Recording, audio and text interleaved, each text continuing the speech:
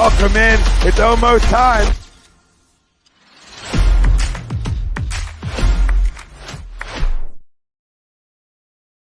All right, good evening, everyone. Sports Hounds live exclusively on A2D radio.com. Brad Ryer's in the house. I'm in the house. Former Major Leaguer Doug Mientkiewicz back in the saddle this week. A lot of baseball talk tonight. We got the Home Run Derby. We got the All-Star Game. We got the draft. Doug's familiar with a lot of these kids from his Team USA coaching experience and his travels around Major League Baseball over the past 15 or so years. So we're going to get into all that. We're live on Facebook, YouTube, Twitter, and Instagram. You miss anything, download us wherever you get your podcasts, Spreaker, Spotify, Google Play, iHeartRadio, and iTunes. As always, we are sponsored by Philly Sports Trips, the Philadelphia 5 for 5 sports travel company, premium travel and tailgating experience for the passionate fans of Philadelphia. Go to phillysportstrips.com. Check out our man Vince. We got a Jets trip. We got a Tampa Monday night trip. We got a Seattle and LA trip. You know, it's almost time to tip that lid off that NFL talk, Doug. For those of you who haven't been paying attention, big Miami guy. He likes the Heat. He likes the Dolphins. You got a big, I think it's week 7. You got the Finns coming up to Lincoln Financial Field for a primetime game. We haven't won a meaningful road game since Marino was his second year. So, well, I mean, I'm sure we're going to get into it in the weeks here, but you guys should have Justin Herbert, you feel, instead of Tua. Yeah, we might have a ring already. Oh, my God. Could you imagine with that Kyle Shanahan nerd disciple with Tyreek Hill and Waddle and Herbert slinging that around? Yeah. You just want to make me have a really, really bad Monday. I didn't mean to sidetrack you, but like I said, I'm a diehard, and it's epic to go through winners. I mean, you made the playoffs last year. You actually gave the Bills a good game with Skylar Thompson. Our third string guy. I agree. I'm more excited for late August, early September because my Knowles are relevant again. So right, big Florida State guy too, Doug. Yes. Doug is. We're also brought to you by Baggio's Breads, located in Mount Laurel, New Jersey, home of the best stuffed breads, tomato pies, sandwiches, cutlets, and meatballs. Mention A2D, 10% off your purchase. It's All-Star Week. We got the trade deadline. We got all kinds of things to talk about. A lot of fun with the draft and Doug's experience with some of these prospects. Get his thoughts on Aiden Miller. But, I mean, to me, guys, the MLB All-Star Game is second to none. You get the NBA All-Star Game, which is a joke. The Pro Bowl isn't anything. Hockey's kind of cool, Brad, with the what do they do? 3-on-3. Yeah, it's pretty good.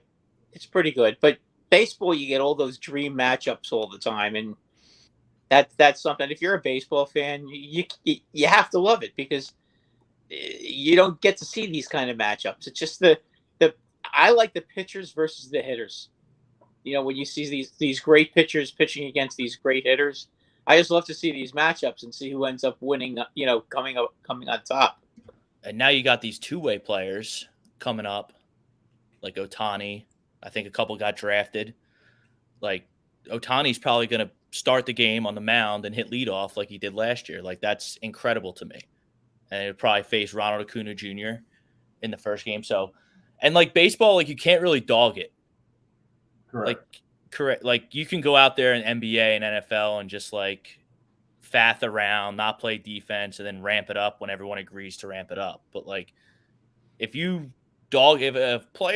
pitcher goes out there and starts throwing 75% because it's the All-Star Game, he's probably got more of a chance of getting hurt than throwing, the hard stuff.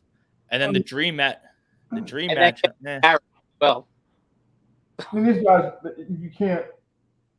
I just think the guys that are all-stars, for the most part, obviously, Major League Baseball's obviously way different.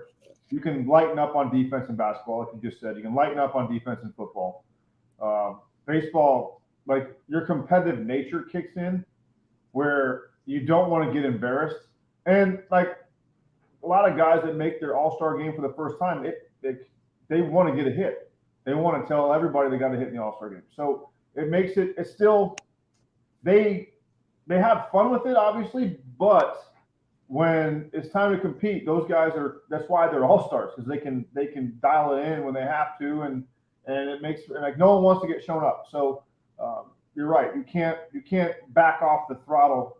And then the problem in baseball, if you back off the throttle as a hitter, you're not into it. You're going to punch out and look stupid. And no one wants their pride kicks in, and they want to be more than that. So I don't think it has anything to do with home field advantage. I think that's the dumbest thing on planet Earth. No one cares what some guy from Detroit does in the All-Star game to help you win home field. I think it's the biggest. They try to be possible, but just let them play the game.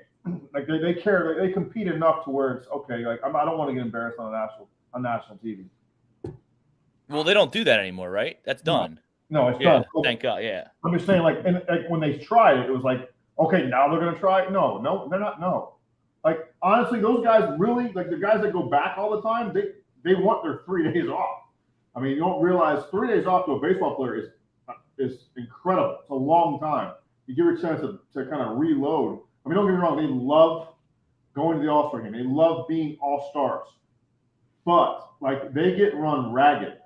Like, it's like you're here, this party, this autograph thing. Yeah. You're getting pulled in a million directions, and like you're like head spinning, and you're like, oh my gosh, now what? I gotta go get back and play. So, like I said, the guys all love it. They wouldn't change it for the world, but when they get back, they look like they had a 3-day bender in Vegas, and they come back and they're beat up and tired, and just that's why I usually see a lot of in the past. You have seen managers give their all-stars the day off before the all-star game or the day off after the all-star game to kind of get them back to zero.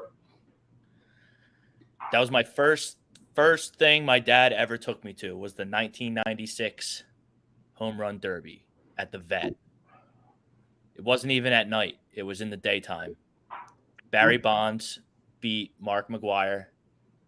Everyone, I mean, we know that everyone was juiced up, which I didn't care about. I still don't care about to this day. It was awesome. Yeah, Jim Thome was in it. Albert Bell was in it. So I've always had there's a. That was back when the balls were true. They used the actual game balls. They didn't. Yeah. Like they didn't put in the humidor seams on them. But there's a couple years. I'm trying to think the year that Josh Hamilton won it. And Yankees. Yeah, that was. They were like. I remember Morneau talking about how like the ball was like completely different off his bat, and I was like, yeah, people want to see the ball go far, so they actually do change the baseballs for home run derbies now. Do they really? Oh yeah.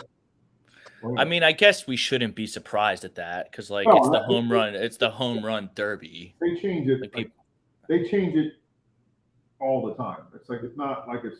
Like the Major League ball is like a Super Bowl. I mean, it's ridiculous how I know when I managed in AAA, my first year in AAA, we had the minor league balls, and then the next year they brought big league balls to AAA, and it was significantly different. I mean, my guys in AAA, my first year I had a very like veteran-laden, a lot of older AAA hitters that could mash in AAA. And whenever a big league guy would rehab, they'd always bring the major league balls in, and they would all be sitting there like, oh, big league balls, here we go. And they would, dial it in and just absolutely hit missiles off these guys. And it was significantly different. Like I said, it was so bad that me and Mike Hessman, who ended up, he's the all-time minor league home run leader, 400 and whatever home runs he had. He was my hitting coach, and we took BP, and Mike was hitting stuff like ridiculously far. Like, and even Mike's like, this is a joke. I'm like, correct, it is. So Ohtani's not starting. Brad, your boy Garrett Cole is going to start the game. Oh, he's had he has. He's been really good. He's been one of the few. Yankees 4th place. Hitting coach bit the dust today. They hire Sean Casey. Yankee, I like the playoffs now. It's like you can. I feel like 19 teams go to the MLB playoffs now. It's like there's no trade deadline anymore because everybody's still mathematically okay. Right. Yeah. Like they go on the run, they're gonna make the playoffs. They could. They're 19 years back, and they could actually make the playoffs. the fact that this horrible Yankee team, and they're horrible. But I hate to say it because I'm a big fan, you know that, but they're horrible. They just flat out stink. They can't field. They can't hit. Their starting pitching, other than Cole this year, has been inconsistent. Herman's been okay, but other than him, you never know what you're going to get. Severino should have been released after that Baltimore game. That was the worst of them. To add insult to injury, my brother-in-law was visiting, and my sister-in-law, and my brother-in-law is a huge Oriole fan, and of course I had to hear Jim Palmer and that other clown that announces for the Orioles bragging the whole game. It was just a torture. Yeah, you can never let anybody else have a good season. You know what I'm saying? No. Never let anybody else have a good season. Baltimore's been irrelevant for 3 decades. Yeah. I don't mind. I don't. Over one game. I want to see the Orioles do well this year. Okay. You want to see Aaron Hicks win MVP award too. Huh? You want to see Aaron Hicks win an MVP award too for Baltimore. That would be pretty funny. That's Brad's boy. Aaron Hicks stinks, and I don't care if he hits 500 for the Orioles. He doesn't stink anymore, though. He's out of New York. Right. He doesn't have to listen to you anymore, so he's hitting the ball. He doesn't have some guy they found off the street in D3 to help the Yankees hit. Well, Baltimore is a hitting coach. Well, everybody fires the hitting coach, and we know it's not the hitting coach's fault. I don't know. They can help. They can help. Can it? They're like it's like first basemen. No one notices a good one. Everybody notices a bad one. Right. Yeah.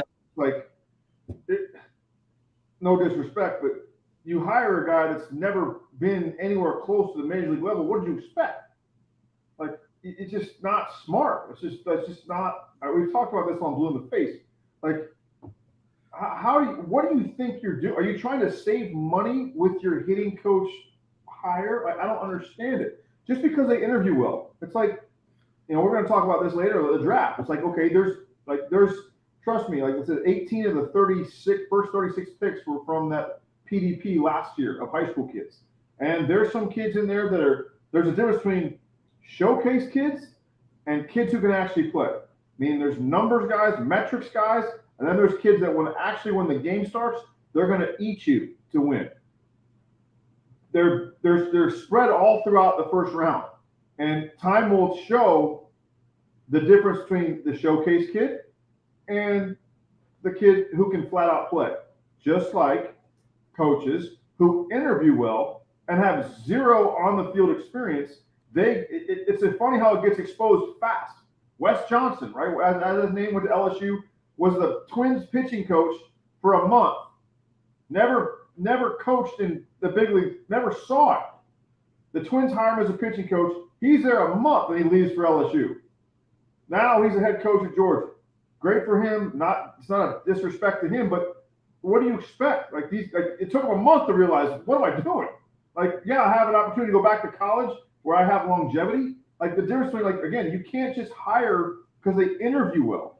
There's got to be some real substance to what they're saying, and vice versa. Sometimes the guys don't interview well, but you know what? They make better coaches. It's just, it's like, do you hire the book smart kid, or do you hire the guy who's actually done the job that you want him to do? I know everybody needs experience, don't get me wrong, but at the same token, you have nothing but A-list superstars on the Yankees. What do you think this kid from D3 who led the nation in ground and goal plays is going to tell them? What's he going to tell Anthony Rizzo? Rizzo's going to be like, dude, I hit balls harder than you did when I was 9. Just shut up and just chart some shit. That's exactly what he's going to tell him. It's like, do you know? Go ahead. Do you know Sean Casey? Yes, I know. Do you think each other? He's the mayor. He knows everybody. He's the nicest guy on the planet. Is that a good fit? You think he's going to do a good job? Coach, but he knows hitting. Right. I mean, look at it this way. Sean Casey and I were same draft year, minor leagues together against each other. His personality's infectious, huh? You were the same type of hitters. He was a little better. I mean, he had a higher average. That's what I'm getting at. Is like he couldn't run a lick. And he hit 300 every year. That says something. He hit 350 in Double A, or almost 400 one year. Like you can't do that without being able to hit. Like he got zero infield hits, zero. He just had a knack for not hitting balls at people, and that's a craft. And Sean is the nicest guy in the world. Guys are going to gravitate to him. He's going to be positive. He has a personality. He's going to fight for his guys in his corner. He's not going to let the New York, like whatever the outside noise affect what he's trying to do. And like guys are going to gravitate to him. If anything else is going to, like, the one thing about New York is you have to have someone that can deflect the nonsense, deflect the noise, right? Booney's probably getting it in his ass constantly. Well, you got to have someone in the players that are like, hey, the players feel it too, but like, Sean Casey's going to lighten up the load and lighten up the mood and have some substance behind what he's saying. And there's something to that. Well, Sean, one thing I would say about Sean Casey, he was always good on TV. He was on MLB Network for a while. Honest to God, that's how you get hired now. Think about it. Like Eddie Perez was a hitting coach twice from Baseball Tonight. Alex Cora got hired from Baseball Tonight. I mean, look at the list that goes on and on. It's like the best. Aaron was a ESPN commentator. That's the best way to get a manager's job, is just go in the booth and start talking about it. Except for A-Rod, but that's a whole other story. But I'm just saying, like, you think about it, it's the only way. It's like the best job interview you could possibly have is again, like, yeah, I'm not saying taking anything away from those guys who managed that actually did that. I mean, who am I to say Alex Cora won a World Series? But like, there's a lot of guys that like put their time into the minor leagues and shoveled all kinds of what to keep their careers going, and then they just take a guy from TV. There's a lot of guys that can do that job if they're allowed to do it, and that's the problem we have. Is like you don't, like, a lot of these guys, even the guys that have the jobs that have won, they don't have a say in what goes on, and that's just it's just mind blowing. Like, what's the role of like a good hitting coach? Like, if you're the manager, like, what do you want out of your hitting coach to help the team win? Today's game, you gotta decipher what information you want your kids to get, or your players, your men, whatever you want to call them. You want to, like, you get all this information and be like, okay, you know what? To have a backbone enough to be like, okay, I see what you're saying. This is too much. And I go back to Mattingly all the time. Mattingly always said, he always gave us an out, right? He never said, results. It was always about, okay, we're going to look for this and we're going to attack this. It wasn't like, I always use the Lincecum analogy. Tim Lincecum had a devastating, like, belt high fastball with a lights out changeup that bounced. And same arm speed, it just fell off the table. And, Donnie's thing was, I don't care if we swing through 15 fastballs with 2 strikes up in the zone. I don't care. We're not going to chase the ball down. So he gave you an out. Okay, I can look up. If I swing and miss, no big deal. And like that, as a hitter, you're like, wow, he's realized that, like, you can't defend against both. So we got a game plan and we stuck with it and we trusted it. And we believed it because Donnie's been there, Donnie's done it, and he dissected everybody. Paul Molitor's of the world. Paul Molitor dissected the A's in 2002 when we went to the playoffs in Minnesota, to where, like, as much as you can make Mulder, Hudson, and Zito mortal, he did. Like, we knew pitch percentages, what to look for and what count exactly. I remember Tim Hudson, I struggled my brains out against him early, and then Molly scouted him, and after that, I felt like I had the upper hand because I felt like I knew exactly what was coming. And it was magical how much different my numbers were after Molly scouted him. So that type of stuff matters. Like, yeah, you have to be able to pick up, okay, see something different. You have to be able to say, hey, I see this, or this is what I can see this right here, or have a key term to each guy. That's the difference between having a swing coach and an actual coach. A swing coach teaches one thing, right? Aaron Judge is Nimrod. That's all he does is teach that crap. Well, like, that's great. But you have to be able to analyze 12 of them and get them all. To have them all roll at the same time is almost physically impossible. So it's a constant grind. You're doing, I always wanted to be prepared, right? I wanted to know what this guy had, what's his out pitch, What should I do? What should I look for? And then it's a confidence thing. So it's hard to do that if you're, again, I don't blame him. If you're a D3 kid who's 22 years old who got hired by some, geek squad dude from Best Buy in the front office, like, how are you going to go talk in front of Giancarlo Stanton, Rizzo, Judge, Donaldson? You better have some clout to go in there to demand a room and be like, trust me. And again, at the end of the day, players don't care what your background is as long as you help them. So obviously, either they're stubborn and they don't want to listen to him, or the substance in which he was doing wasn't doing his job, and someone's always a scapegoat. And it's always the hitting coach. It is always the hitting coach. Every time. So it's the worst job in baseball. The worst. I remember sitting next to Donnie when we were in LA. And he looked at me, we looked at Larry Bowa, and he's got his feet up with his socks on doing a crossword. And Donnie looked like he laid under a bridge all night. Because you get to the field early, right? You got to go. You got early work in the cage. You got early work on the field. You're dissecting everybody. You're dissecting the other team. The other team's bullpen. They just called up two guys you never heard of. You're making phone calls. Next thing you know, you go, you're do your cage work before BP. Then you take BP. Then you come back, you eat, and then you go back to the cage before the game to work with your guys. And then you have to dissect all the post-game stuff and move on to the next thing. It's a constant grind. There is no glory in being a Major League hitting coach. It's a lot of work. It's rewarding because your guys do well. But the Kevin Longs of the world, those dudes never sleep, because that's what makes them elite, is they just keep going. They know what their job is, and they keep their nose down, and they keep going. Kevin Long strikes me as one of the best. Oh, he is one of the best.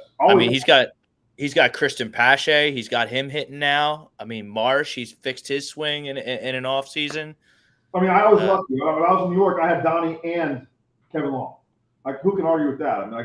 They literally made me feel like I could hit anybody any given night, and that's a wonderful feeling as a hitter. It's more of a personality thing too. You have to be able to know what makes a guy tick and know what strings or what buttons to push to get guys going. So you got to be a combination of a lot of things to be a hitting coach.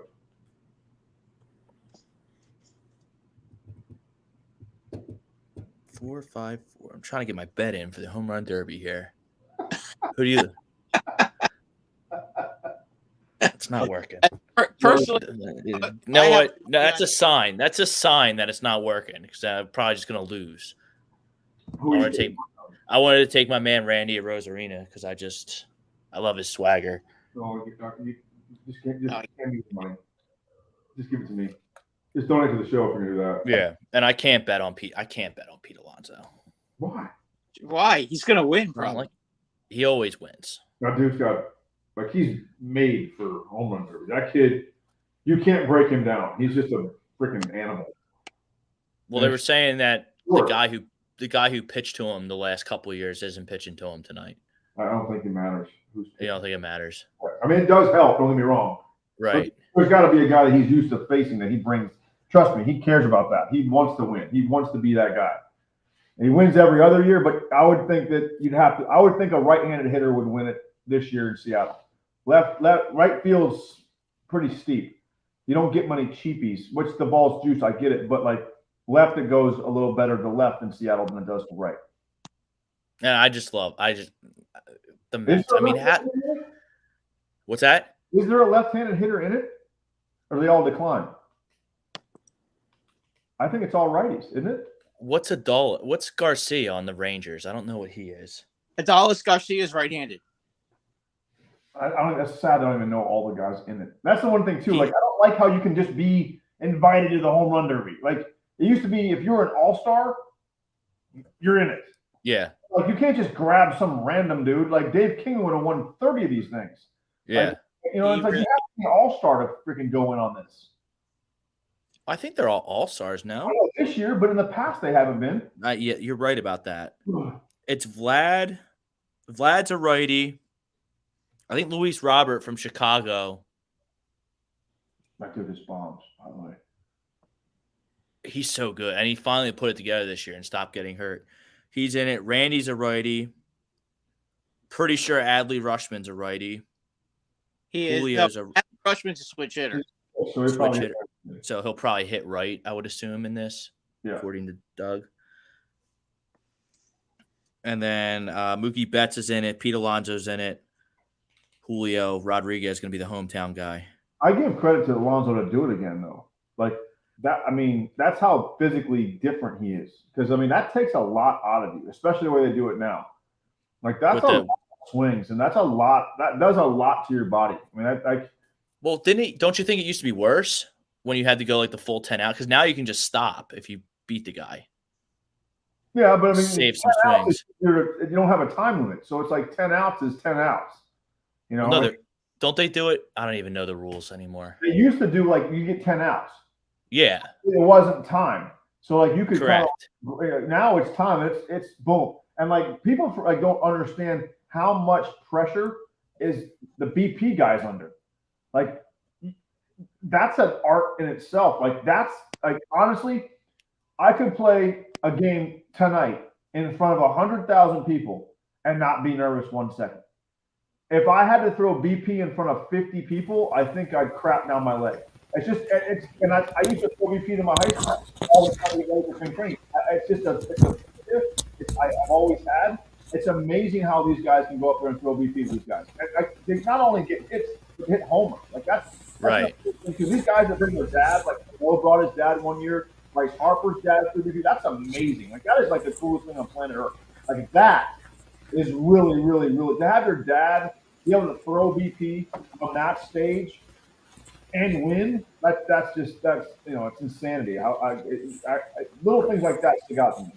Well, how much stock do you put in? Because most of the time, there's been a couple of upset jobs, like the home run derby champion.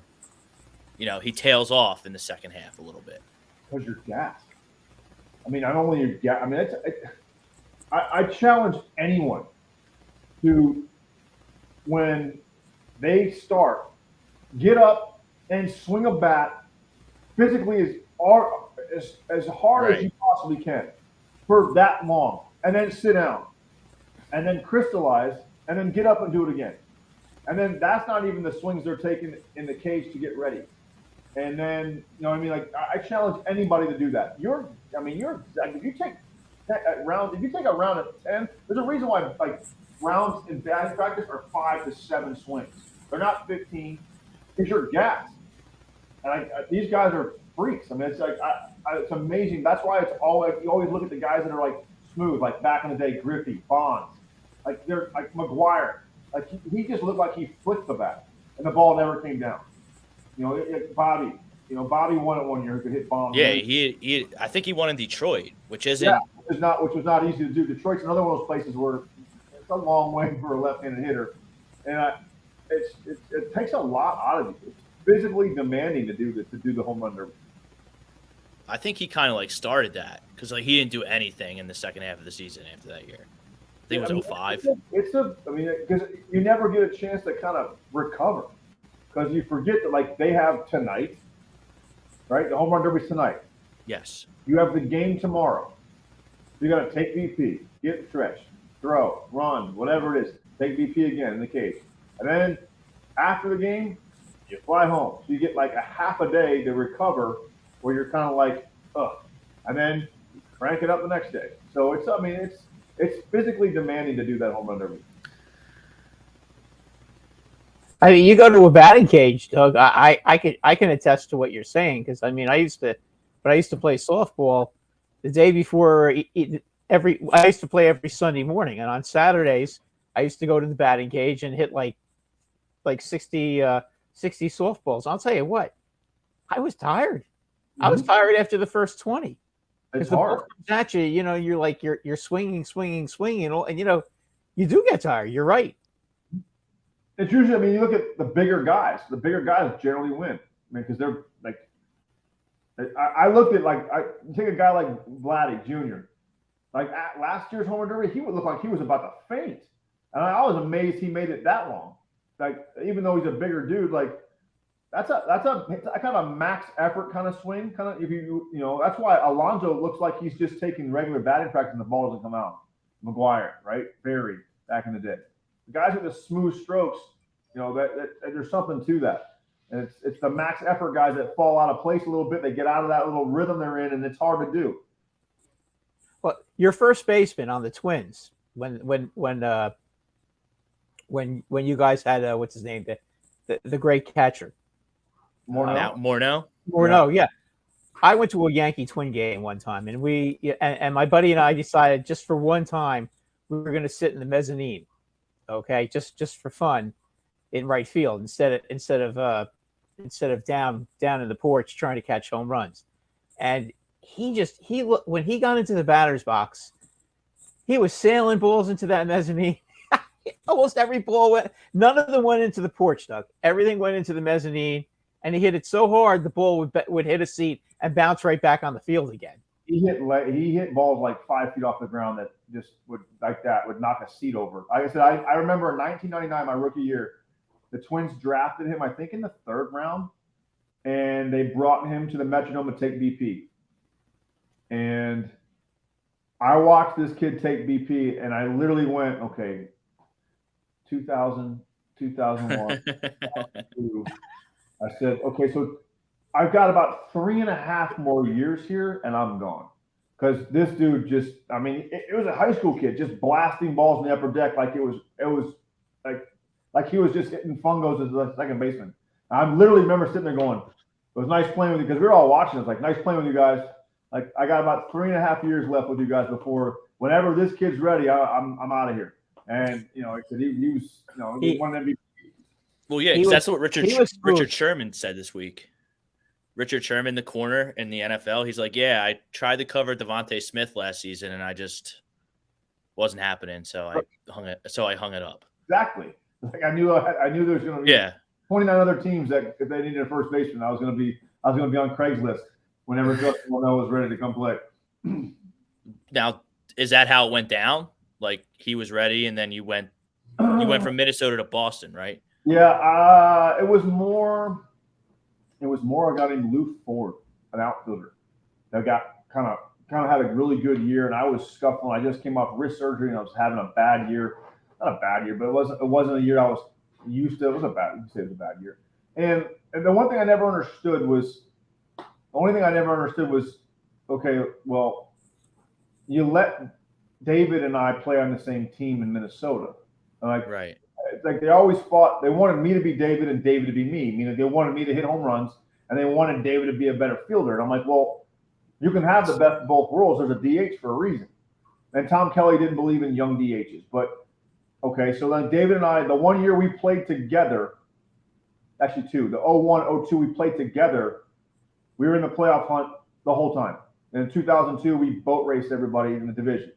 And then they non-tender him, and then Morneau comes around, and I literally, I remember Justin asking me, hey, do you mind working with me early on the defense? I'm like, of course, let's go. You know, we would work early together on the field to work on his defense.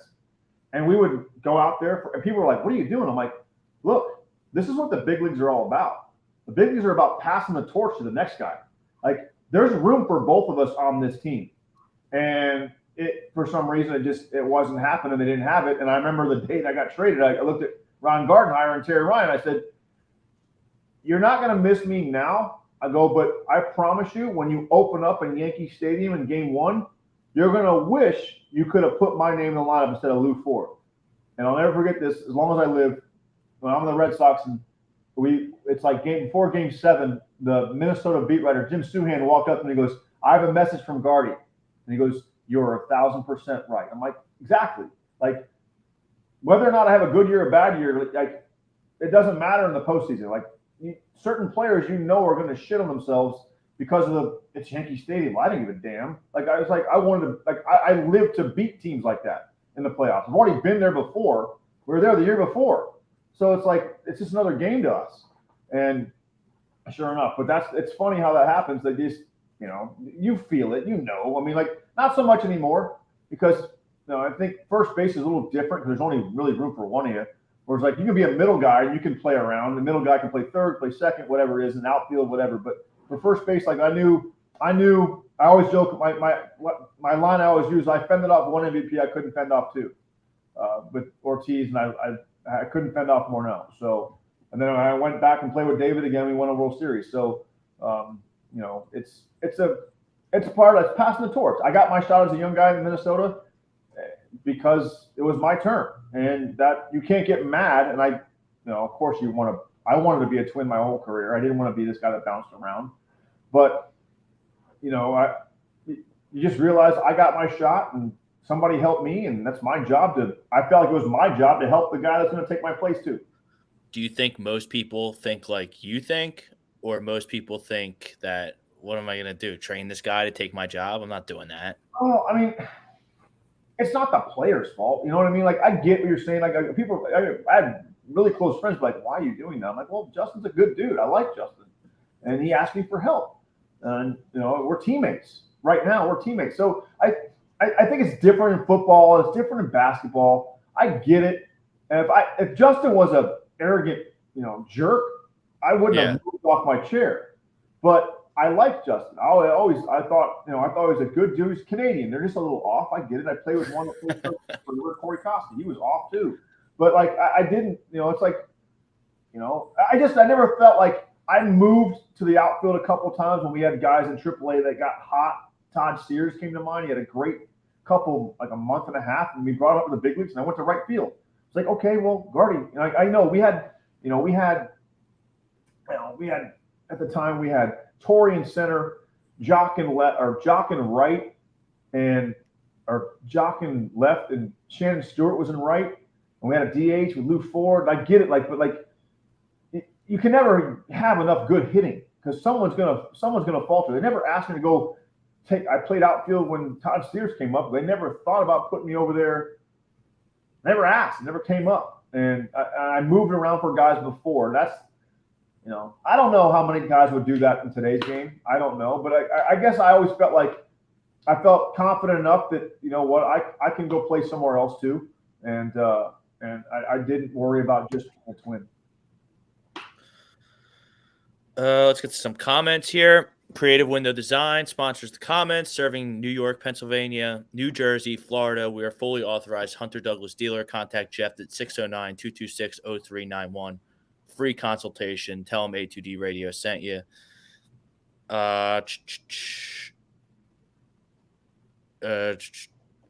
Here. This is kind of the hot topic. A lot of people are getting sick of Aaron Nola because he goes out and I'm frustrated too because I really wanted to win that game against the Marlins going into the break. Take 2 or 3 from the Marlins because they go down to Tampa, they sweep the Rays. Nola pitches 7, 8 innings, 11 strikeouts, total gem, and then he goes out Sunday and has a complete clunker. Frustrating as a fan. I can't trade Nola. Nola's in a contract year. I don't know. The Phillies, they got a lot of decisions to make here as the trade deadline approaches. I don't know what they're going to do. I think they're going to do something because I think Dave Dombrowski is really good. But yeah, a lot of people in Philly are frustrated with Aaron Nola. I'm looking at it right now. As far as it's hard. It's hard now because of, there's so many teams that are still technically in it. So what are you going to get? And if Nola's a free agent at the end of the year, there's nothing wrong with.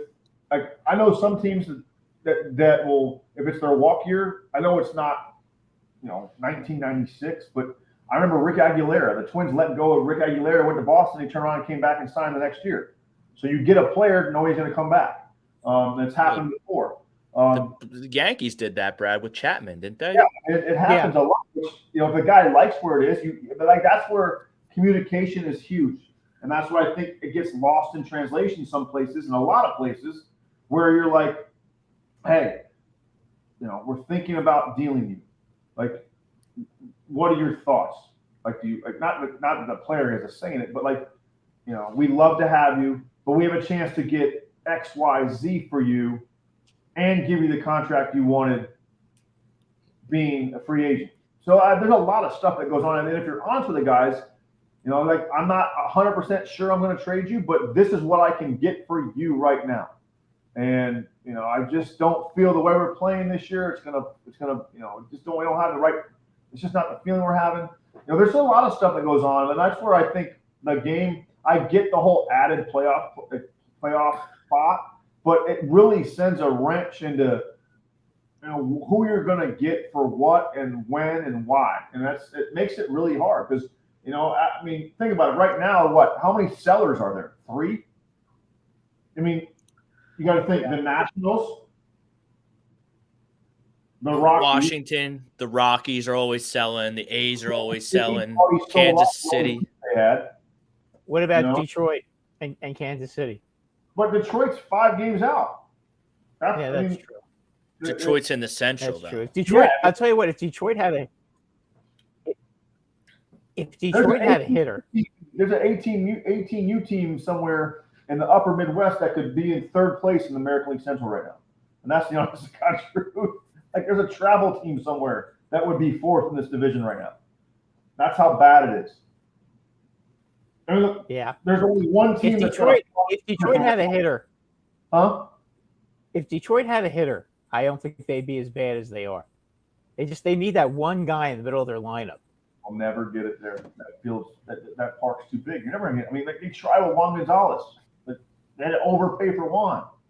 Like Miggy Juan got frustrated. Like Miggy's not normal. Like Miggy's the best right of his generation. Like it didn't matter where Miggy hit; he's gonna rake everywhere he goes. Yeah, he almost won back-to-back Triple Crowns and the biggest. It doesn't matter where he plays. It's like I'm sure. That's what I always said about. That's what the one thing about baseball that's different than everywhere else. Like if you put, I always say this: if you put Griffey in Cincinnati from day one, or put Barry Bonds in the park that Cincinnati plays right now, he hits 1,500 home runs. Put him in Yankee Stadium today. Barry Bonds hits 1,500 home runs. Oh, with that right field porch? Oh, yeah. Joe. Honestly, it's hard to argue. Barry played where? Pittsburgh, and then he played in Candlestick, and then he played at whatever the hell they call it now, in San Francisco, which is you don't get any cheapies in San Fran. Yeah, in the daytime it does travel a little better than it does at night, but if you put him in Cincinnati now, you're talking in that field, home runs. But you can't. Conversely, if you put him in, I say stuff like that to people, and it's like I'm the old guy who only sticks up for old players. And I'm like, no, I lived it. Like these people are like, oh yeah, Aaron Judge is great, and I'm not taking away from anything from Aaron Judge, but you're playing in Williamsport. Like it's like if you take the greats of the past and put them in that park, that's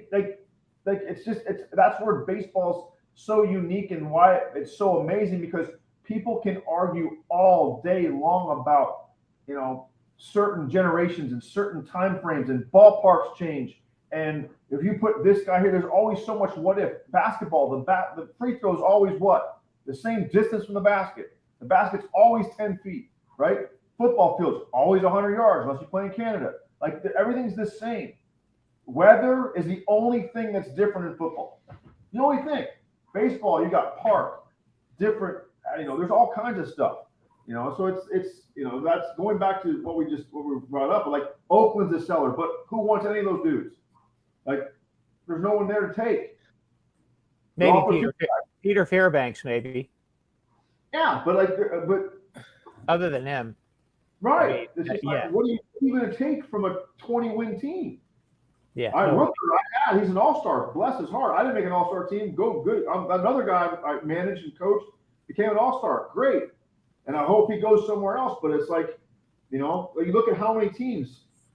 Like, who do you call? I don't know. Well, like, there was beef between Corbin Burns and the Brewers because they went to arbitration and it got ugly and he got offended. So I don't think he's going to get shown the money by Milwaukee. So that's like the big fish that I feel like. Shane I'm not saying it's too. going to be. Get me started on this, because you get me started on this, I'm going to go off. Like that's the difference between the generations right there. Like they've been like arbitration. Like there's a lot of guys that should never go to arbitration because they can't handle it. Right? Everybody fights for likes, right, on social media.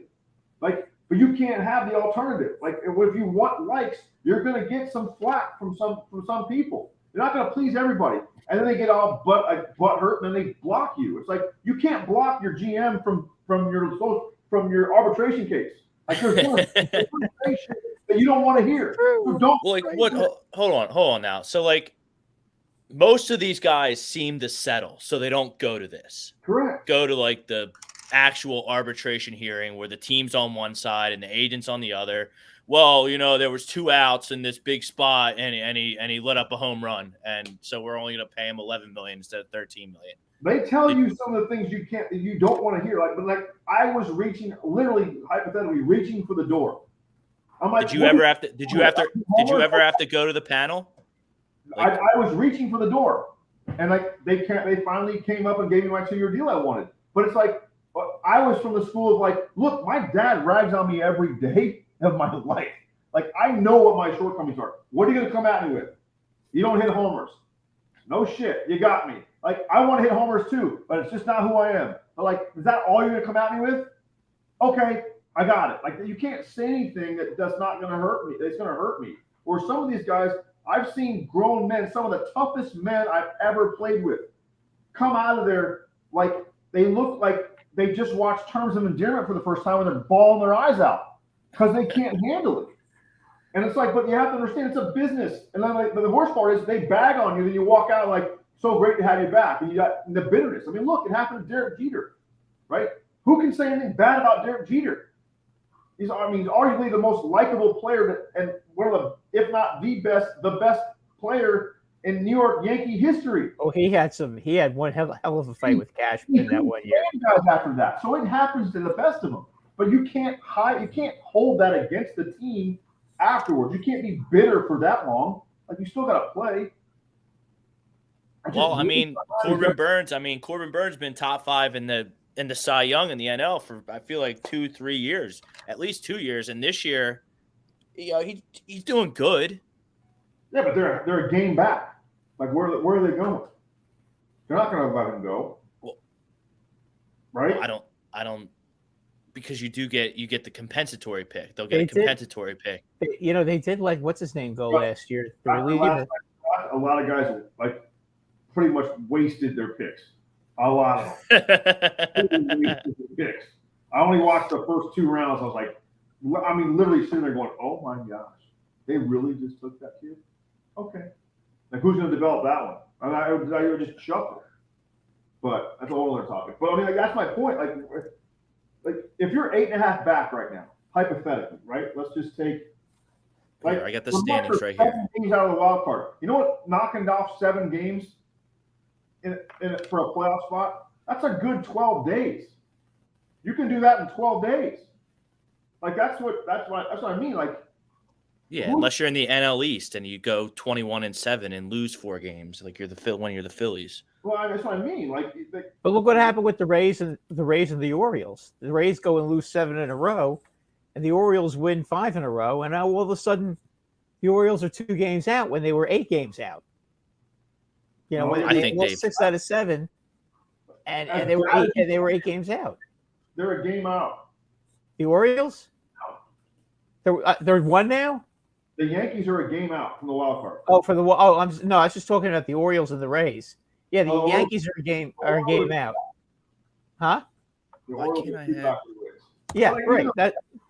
Those teams are. I just there's no team that what team besides Houston who you can legitimately say I don't want to see them in the postseason. I wouldn't be afraid of Houston anymore. They don't have any pitching anymore. The dudes, like something to be said about that. Their pitching is they don't have a lot of pitching anymore. Christian Javier's having a terrible year. Really the only year. I'm talking about the postseason. No, I get that, but a lot of times if you have a bad year, usually they're not going to have good. Usually they're. Listen, all is forgiven in any sport if you perform in the postseason. But I've had bad years. I've had good years. I've had shit postseasons, and all I remember is my postseason. I've had awful years and had great postseasons. and I don't remember my season at all. Like you're almost like, oh, thank God it's over. I get to start free. So like, but that's my point. Like, who scares you? Like no one scares you. But like you have Houston scares you because they've been there, done that, and they're yeah, no, that they have they got a lot of problems now. I mean, you know, Framber Valdez really is the only dependable pitcher they have right now. And they're deep. They're deep. They can hit. They can hit, but they've been injured a lot. I mean, they just had to put Altuve in the DL. Jordan was out for a while. They're just milking him though. Because they know all they gotta do is get in. Because they're what? They're 2 games back. They're 2 games back at Texas. I promise you, I know what teams that have been in the playoffs and have veteran type players, what they think right now. Like they don't like go ahead. Like they're not worried. Not worried one bit. Like you're just sitting there, you're like, this is okay. Let them have their say. Not saying they're not gonna they might not like Texas, right? Texas had a great year. Great players are everywhere. They paid for it. They're doing this without DeGrom. But Houston doesn't care. Like they're just like, we're worried about us. We're gonna get it. Like Baltimore really Houston just swept them. Huh? Houston just had a 3-game series with the Rangers and swept them. That's how they got so close again. Right. So that's my point. Like no one's team is that like no one's team scares you to the point where like, like you know, I mean like the Braves. Okay, get the Braves. Right. They scare you a little bit because they're having 9. But they're 60-29 right now, right? They're rolling. Yeah. 1-9 they can hit. Right, but don't forget last year early weren't the Yankees rolling? Was that last year or the year before? No, that was last year. They were 58 and they were 58 and they were 60-24, I think. Right. How'd that year turn out? It didn't turn out good at all. They won the division. They hung on for dear life. Already had one of their good spurts out of the way.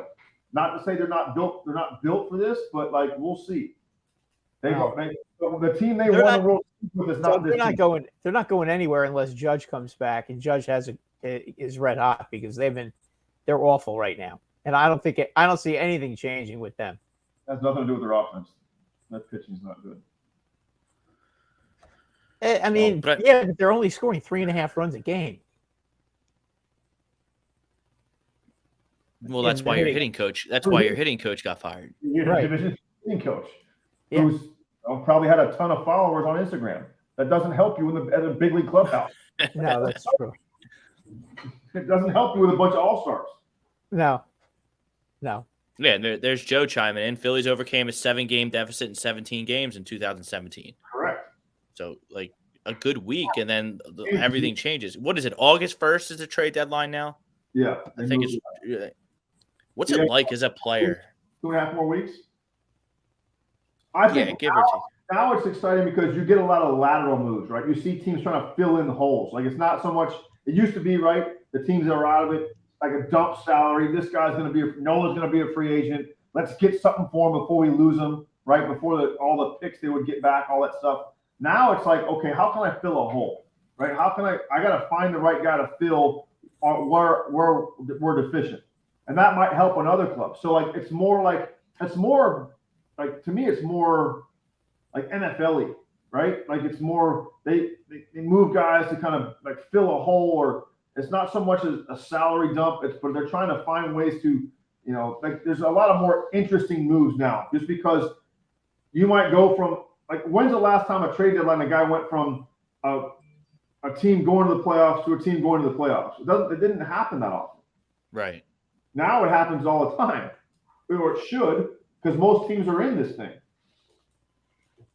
So, like, when you went from Minnesota, to Boston, were you blindsided by that? Did you know something was brewing? Like, what's the process like when you get? Now I feel like guys find out on Twitter before the team even. It was brutal. Like I said, I thought I was going to be a Twin my whole life, and I remember we were in Baltimore, and I was on the DL for the first time with the Twins.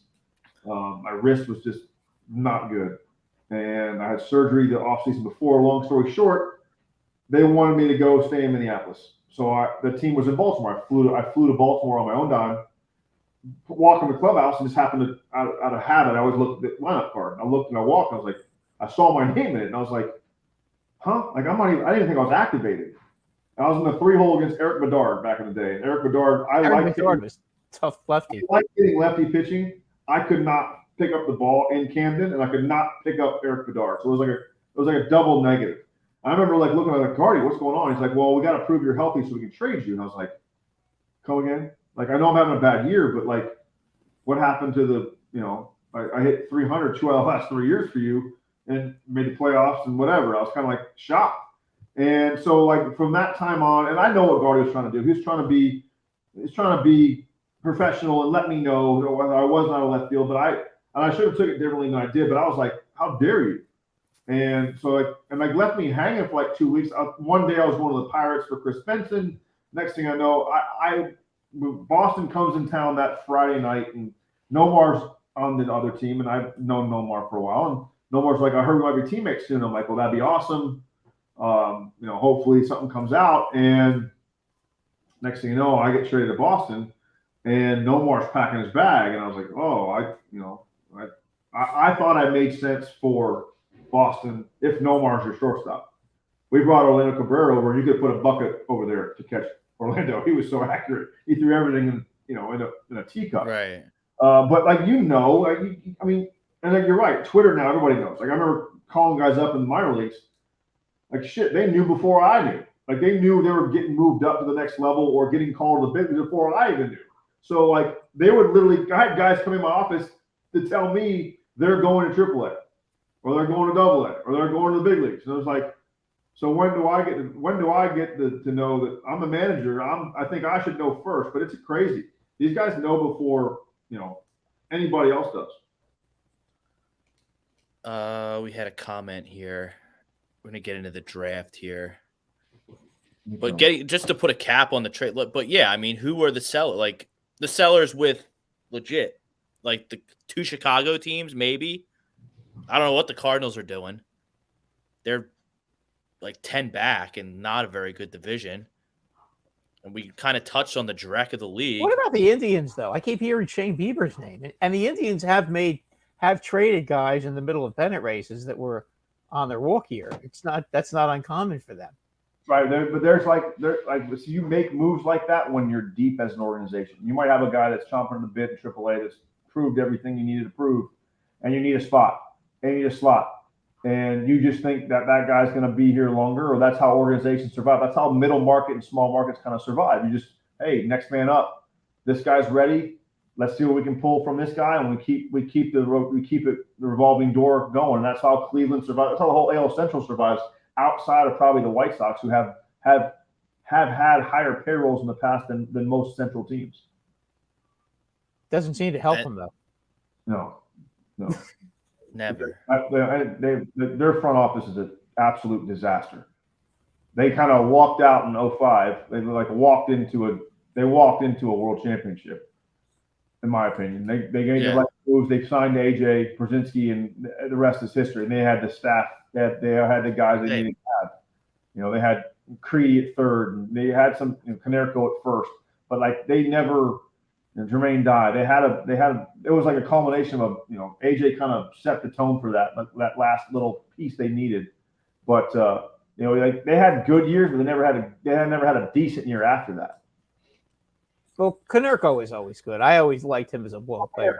I think he's one of the most underrated hitters of that generation. Like he could flat out. I mean, he had some phenomenal years. I know. I always liked him as a ball player. I was always hoping the Yankees would get him to play first base after they when in the days when they ended up with like Tony Clark or guys like that playing first base instead. I was always hoping they could get Konerko. They had lineups too. I mean, they had AJ, Jim Tomei, Konerko. They had some dudes. I mean, they had some guys who could flat out. Bill Creedy, without him blowing his back out, would have been. I think he would have been right up there. Like he would have been a poor man's Scott Rowland because he could flat out play third base with the best of them, and he killed us in Minnesota. Joe Creedy, he could hit. He was. I thought if he doesn't have back problems, like that dude would have put up a lot of really productive decade because he could flat out hit. Because they had Jermaine Dye, and I think Maglio Ordonez was on that team. Was one of the best. Like he was like a poor man's Manny. I mean, think back to the trade that never happened. Think of that one. You know, with the A-Rod going to Boston and Manny going to Chicago and Maglio going where, you know, it's just like you're talking about three of the best like players in that time, three of the best hitters. Like Maglio was amazing. I mean, he just hit everything. And you know, Manny and he would have been. If he didn't hurt his knee, he would have been. He could have been a Hall of Famer. He was that good. Ridiculously good. Like, yeah, I remember him. Going into the program with him and hitting was not fun. Looks like Jermaine Dye wasn't. Oh no, there he is, right field. On 05 he was. Yeah, they had Aaron Rowan in center field, who's like a Philadelphia hero because he smacked his face on the wall when he got traded for him, and looked like he went 10 rounds with Apollo Creed and just absolutely got overpaid, completely overpaid. And I was shocked that he made that kind of money. I didn't realize. Rowand?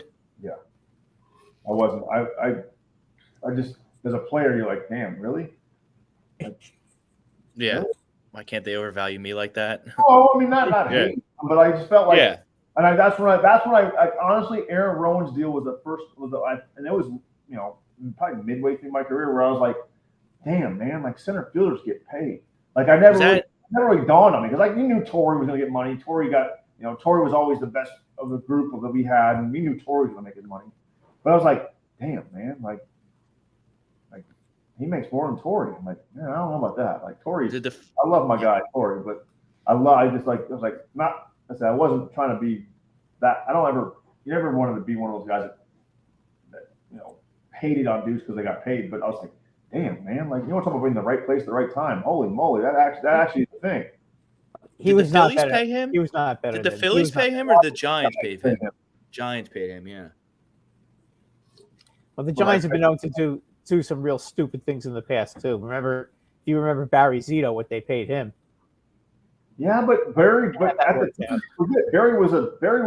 you know coming off he won 1 or 2 Cy Young awards. He was coming off of like, trust me, like that's what blows me away too. Is like everybody was like, oh, did you see the movie Moneyball? Like they never talk about they had the 3-headed monster and Oakland and those guys. Oakland. They killed those guys. I mean, the only one that survived that was Hudson. Right. Yeah, they pitched too many innings. Rest in peace was a poor man's Tim Hudson, and those dudes threw 130 pitches every single outing. It was like It was Hudson, Mulder, Zito, handed the ball to Koch in the 9th inning. There was no middle dude. There was no Chad Bradford threw underhand. You know, Ricardo Rincon from the left side. But it was like they forget that like Art Howe wore those guys out to where like Zito was never the same. He had a couple decent years in San Fran, but stuff-wise, it wasn't even close to what it was in Oakland. And Mulder, who was I don't even know where he went after. Mulder was St. Louis, I think. St. Louis, Mulder yeah. But his stuff was when he was I think for like 2 or 3 years when he was healthy. The most he was good. He was tough. It was the hardest at bat to game plan against because like everything moved. His split like disappeared at your back foot, and it was firm and it was hard and it was heavy and it was just like he could get like I felt like going up there like he can get me out 15 different ways, and just but like you know I was blown away at how much different Zito's stuff was in San Fran. I didn't see him often, but I saw him enough. But I was like, man, but those guys again. That's what innings do to you. They wore those guys. They rode those horses till they collapsed pretty much, and it did for Mulder. I mean, Mulder was like you know Mulder should have pitched for 15 years and been you know Bumgarner for God's sakes because he was that good. His shit was electric. All right, let's get on to the draft now. Tom Arnone teeing us up perfect. I've done a lot of homework on Aiden Miller, the Phillies' first-round pick. I think it's another home run pick for the Phillies. We talked about it before the show. Doug, you're A+. You got the best right-handed hitter high school kid in the draft. You probably, I would think Aiden. I always thought Aiden Miller, Colt Emerson, who went to the Mariners, and Kevin McGonigal, who went, I think, compensation pick with the 37. He went 37 to the Tigers. Aiden was the best right-handed hitter at PDP last year at the USA at PDP at USA team last year, and that had at that 100 kids, I think I said 18 of the first 35 or 36 picks were at PDP, and Aiden was by far the best right-handed hitter that was there, and probably in the top 2 or 3 hitters in high school. He's got thunder. He can metric your brains out with exit velo and all the stuff you're looking for. But when it comes down to it, he can flat out hit and he can flat out get clutch hits. And he shows up when competition shows up. I just don't know where he's going to play. I think he'll stay at third for as long as he possibly can. But he can flat out hit, and he's got pop, and I thought it was a fantastic pick. Like I was like, I can't believe he lasted as long as he did. I think I said that 15 times last night watching the draft at different times, thinking like, man, like this kid's still out there, or this kid's still out there, going, holy moly. And Aiden's a quieter kind of type dude, but when he grabs a bat in his hand, you know exactly who it is. Like I know Ashley Bratcher, she runs our USA baseball stuff, and Brett. Ashley was firm, like we were sitting there texting the whole time, during the draft. When I can't believe Aiden hasn't gone yet, and then like the Phillies came up, I was like, wow, you guys are gonna love this dude. Like he can flat out hit. And you said he's a quiet kid. Like, can he take the market? Like, oh yeah, thick skin, take the market. Him because he can flat out. He's one of those kids. Being at PDP this year compared to last year, like no disrespect to this year's crop, last year blew my water.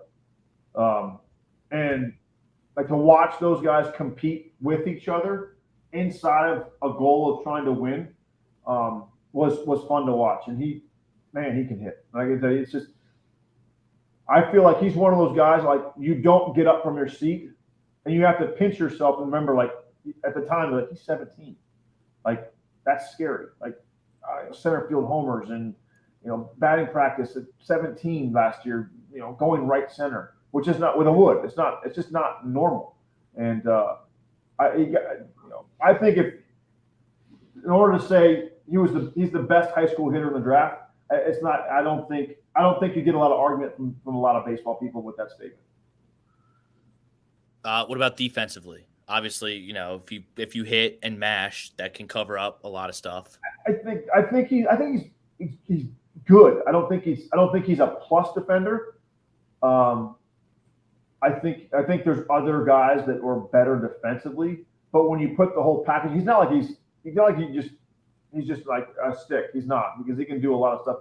And I think at third, you just leave him alone, let him play third, and let him hit. That's all. I mean, like I said, I wouldn't say he's Scott Rowland at third, but defense to me is something you can teach. You can't teach barrel awareness, and you can't teach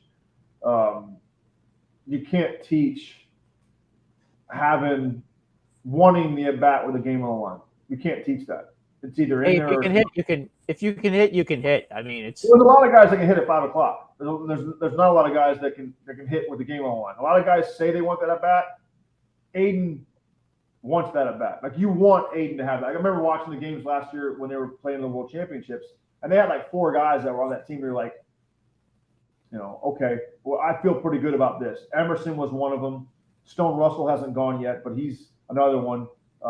Eldridge was another one who went, I think, to the Giants, the two-way guy. And Aiden, like when they came up to the plate, you're like, okay, like we're in good hands. Like something good is going to happen, and usually it does, and usually it did. And they can handle pro ball. They're mature. They didn't act a fool. They do the right. Aiden's not, let's say, out of the Max Clark mode, which is like all over social media, wanting attention. Aiden and like Walker Jenkins are are very similar to where they just play, and they just you don't like you forget them until they put a bat in his hand, and all of a sudden you're like, oh wait, no, hang on, that's a dude, and like because they just tell them once, they do it, and like they're pros at an early age, and they're like Philly's gonna love this kid. Does he remind you of any particular players, Doug? He's got like a little Josh Donaldson in his setup. There's a little tick, twitch at the top of his barrel, but he gets the barrel to the ball quite easily. And like I said, it goes back to there's guys that can showcase the depth, that metric well, and then there's guys who metric well and can play, and then there's guys that can metric well, that can play, that show up when they need him the most. And Aiden Miller's one of those kids. Like he's like he just.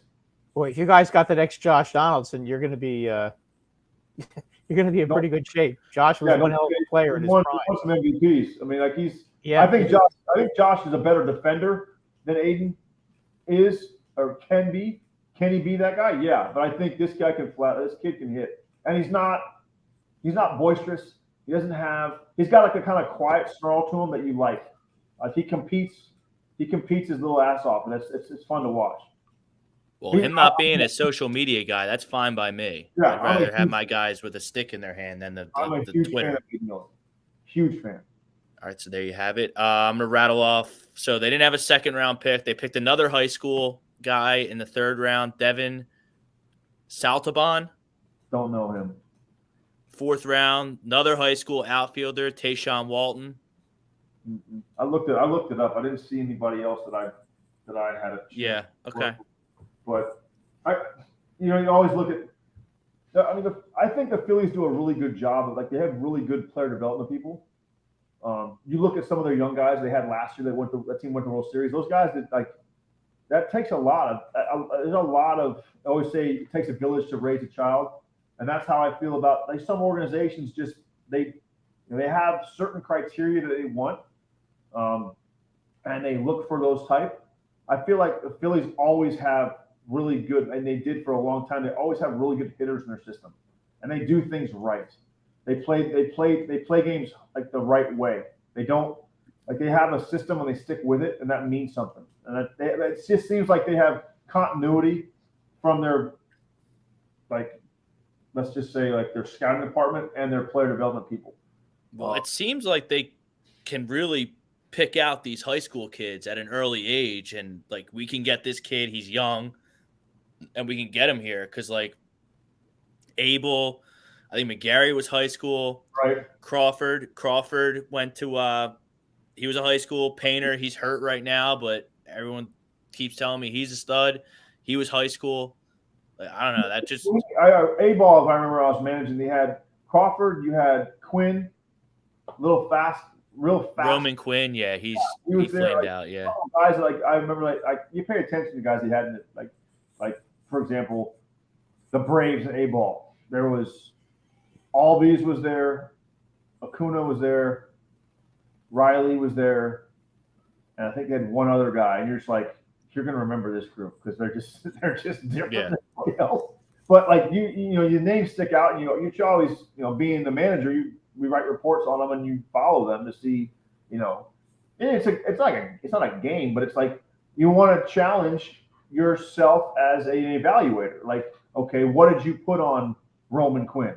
And what did you see as shortcomings? And he got in the big leagues. Okay, well, you learn how to evaluate that, and you get better as an evaluator moving forward, whether it works or not, or a job that I'll need in the rest of my life. It's something that I still try to project guys and see what can happen. But like I said, the high school kids that are in this draft are different than what they've been in the past. I mean, there's some stars, superstars that are going to shock people how fast they get to the big leagues.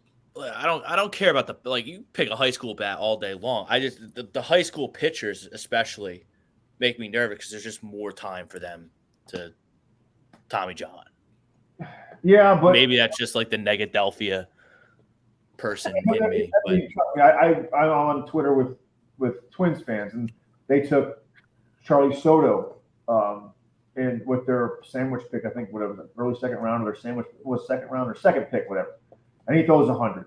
And they're like, typical Twins fans, the baseball fans, I should say, that they just like, oh, he's going to blow out. Like, well, yeah, like pitchers blow out now. It is what it is. But you can't pass up on 99 to 100 with 5 a.m. workouts. The kid's a workaholic. He's 6'4", throws 100 with a slider and a plus changeup. Like those, you can't pass that. So, but everybody's so worried about. But I also look at the other way too. Like the Marlins took Noble Meyer, right? Not a big fan favorite at USA Baseball, but another kid that like, he's big, tall, he throws 100. But you high school kid, you worry about him blowing out. But the quicker you feel like you get him into your system, the more you can, in those next couple of years, you can kind of watch him and control his innings, right? You control, as opposed to getting that college guy who gets thrown every third day and throws 140 pitches and has, throws 61% sliders, and it's like you can control those kids at a high school level, earlier age, right? You can schedule how many innings they throw per year, what kind of workout routine they're on. You can, the kid will let you know what you want, how fast you can push the kid, and you can kind of gauge that. That's what most good organizations try to do, at least. And you protect them against themselves. Anyone else you'd like to highlight as someone that you've had that got picked in the draft? Maybe a little lower than expected. Walker Jenkins will be probably. I think he's going to be the best player that comes out of this draft, position player wise. That's fifth to the Twins, right? He's big, he's strong. He's, if I had a daughter, if I had a 20-year-old daughter or a 19-year-old daughter, I would love if my daughter brought Walker Jenkins home. There you go. That dude. I mean, he's everything that's right about the game. I mean, that's so funny because I always say the opposite, Doug. Like, yeah, I want him to date my daughter, but give me that dog. He's got some dog in him. That's more of a football thing though. He's an alpha male. Like, dude's like, he gets it. He plays hard. He wants to win. He's got tremendous talent. He's a 5-tool kid. He's one of those guys that if you put him at middle linebacker, he'd probably have 15 tackles a game. If you put him at tight end, he'd probably have 10 receptions. He'd probably dunk a basketball. He's just an athlete. He can flat out play. And he's respectful, great kid. Kevin McGonigal is going to push Max Clark to no end. Kevin McGonigal was the second rounder, the sandwich pick to the Tigers. Yeah, 37, I think it was. He's a combination. I think he's Chase Utley Jr. He's going to be that type of dude, and he's got a snarl that will. He's like a Pedroia kind of like persona with a Chase Utley talent, and this kid can flat out hit. And do you think he's going to play second or short? Yeah, he'll play second. He's not a shortstop. He'll play second. What about Jenkins? Is he going to be a center fielder or a corner guy? Starting center. It all depends on lineup construction. Yeah. Like who else? There's always someone in the draft. There's always someone in an organization that you get surprised by that you might have a plan set and things might change with this guy emerges, develops later in his career, AA, AAA. All of a sudden now you have a guy you didn't think you had a guy. And you can move them. So I think that's where lineup construction and having organizational flexibility to not pin yourself into a corner. Like, hey, you're going to be the center fielder, and that's what people try to do so fast now, right? People on Twitter are like, is he a 260, 270 hitter? I'm like, I don't know. Like, why put he might hit 300 one year. He might hit 240, but he's gonna I don't know. Like, it's hard to put. Everybody does that, but it's like. Let them be who they are, and you're going to be surprised. It's going to you'll look back at this draft in 4 or 5 years and go, holy moly! Like, look at how many guys are in the All-Star game or significant careers that came out of this draft. Do you have a player comp for Jenkins? He reminds me of Larry Walker. Wow. I think he's more athletic than Larry Walker. He's definitely more athletic than Larry Walker. Larry Walker was a flat-out absolute animal athlete. But Larry Walker could flat out rake. Now, that's my point. Like, I see the size, the speed that Larry Walker possessed, right? He was a freak. He was like, could probably hit a puck 120 miles an hour. You know, it's like, so I'm always hesitant to put that kind of, like, not, I won't say pressure because it's not pressure, but like, you kind of put that accolade on him. And like, if he's not that guy, people are let down, right? Well, I look at it this way. Walker Jenkins in any other draft in the last 5 to 8 years is hands down the number 1 pick in the draft, and he went 5. That's how, like, the first 5 picks were that good. You know, I mean, those 2 LSU kids at the top. I mean, the scary thing is that the Langford kid went to Texas. That's frightening. Like, American League teams should be worried about that, because now you've added a borderline perennial all-star to an already all-star laden team in the outfield who's young. That's frightening. Another hitter goes to Texas. Like, that's scary. That Cruz guy, I've really enjoyed watching Dylan Cruz play in Omaha. But he'll go in obscurity now. He's in Washington. Well, I mean, I do think Mike Rizzo's smart. Oh, no doubt. You have to pick that kid. I was shocked, honestly, completely. I wasn't shocked, but there had been talk of the Pirates not taking Skeens, and because of the fact that you know draft slot money, what was he asking for? Would he go to Pittsburgh? There's so much that goes into the draft than taking the best player. Like, you know, kudos to Skeens who wanted to go to Pittsburgh, because there's times where people don't want to go. You know, like, if he doesn't care about being the first pick, it could have very easily rolled around to be like, hey, you know what? We'll give it, like Max Clark would love to have been 1-1, right? Probably taking $4 million less. So now you have $5 million more to sign other guys. So a lot goes into the draft before actually just taking the best player. So, you know, kudos to the Pirates for going ahead and taking him, and him accepting, because I'm sure that deal was done well before the draft even started. Don 19, he's a Tigers fan, big Tigers guy. They took Max Clark, number 3. I had Max Clark. I had Max Clark last year. You had Max Clark?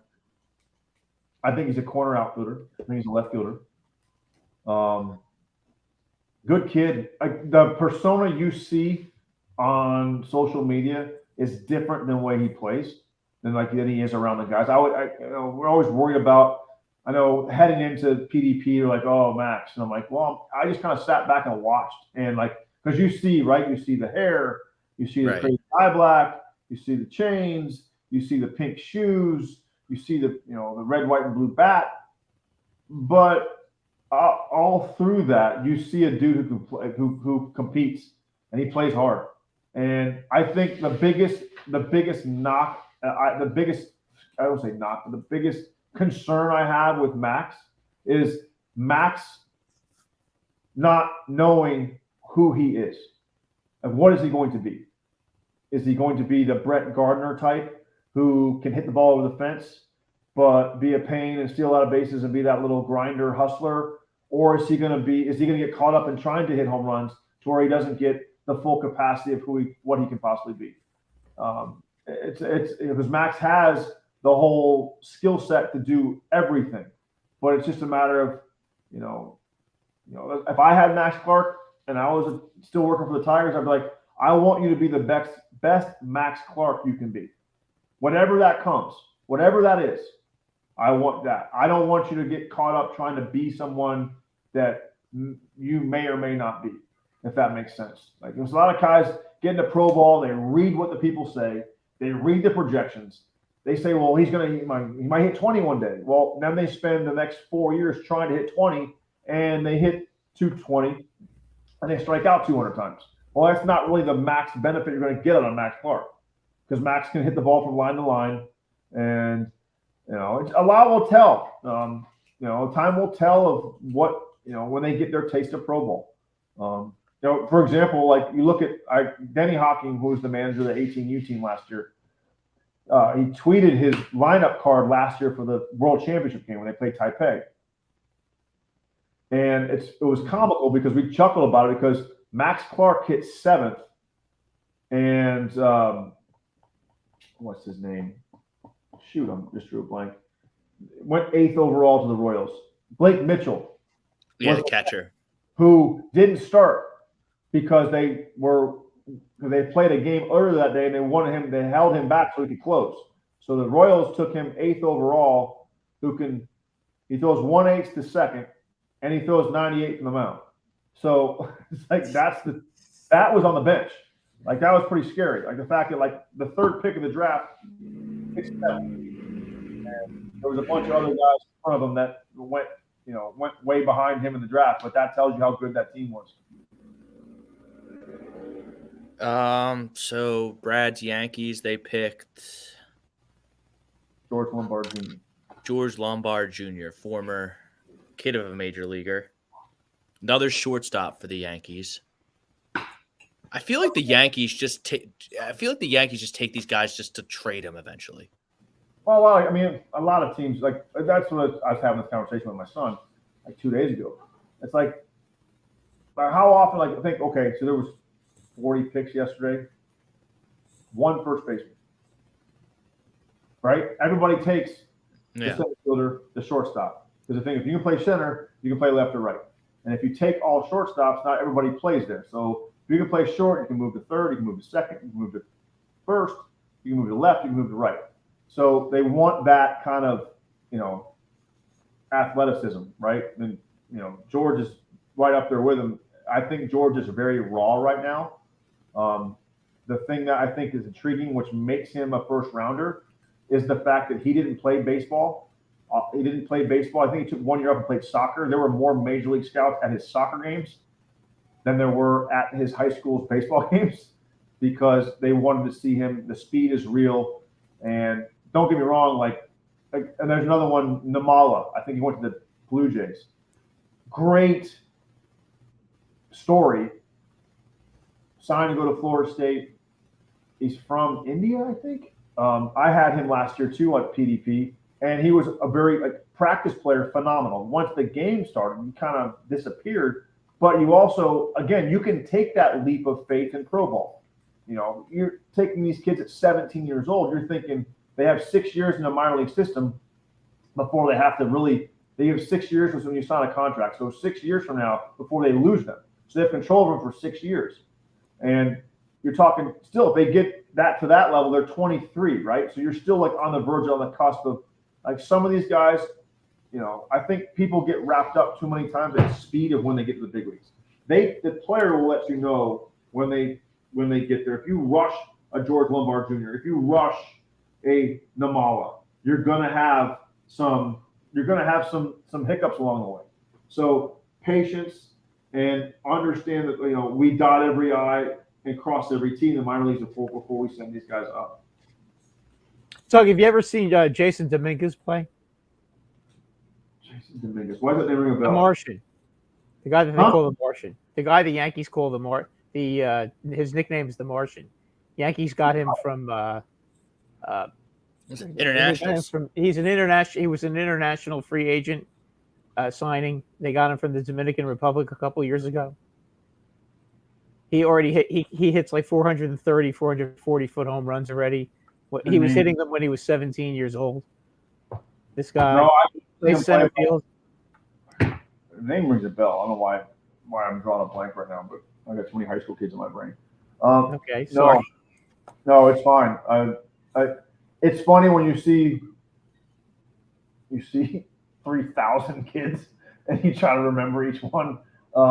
That's right. I trust me. I don't watch enough minor league games anymore. Obviously, it's a little difficult. So I don't have a lot of guys that I know managing because I would obviously you have everybody's phone number and you still keep in contact with them and they you run down stuff like who catches your eye, blah blah blah. And the name rings a bell, but I've never seen them.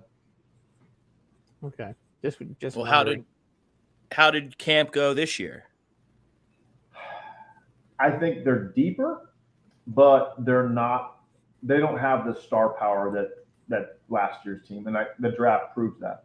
So it sounds like this is 2003 NBA draft status this draft is gonna be I mean, you can say that about almost every year, but you're looking at like they say that I said that after pick 5, the talent really dropped off.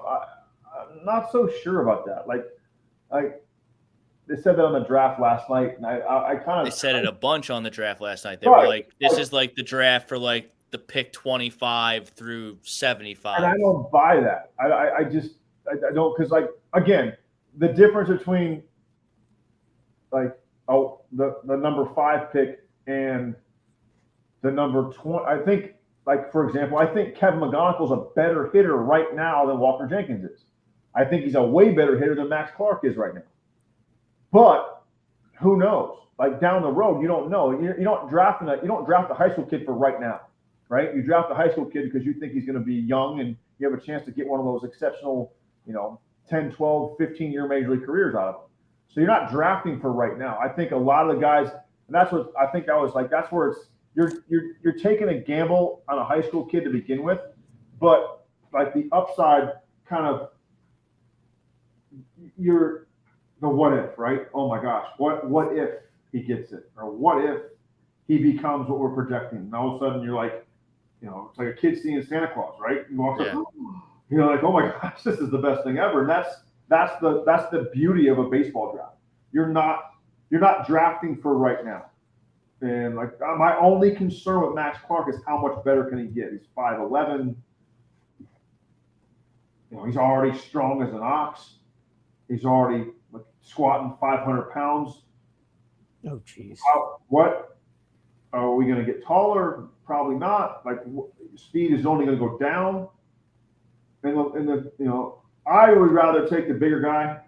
That's just me. Not taking anyone from Max because I thoroughly enjoyed working with him. And I loved his demeanor. I loved everything about him. If you're going to take somebody at 3 over again, I'm not in the Tiger organization anymore, but like,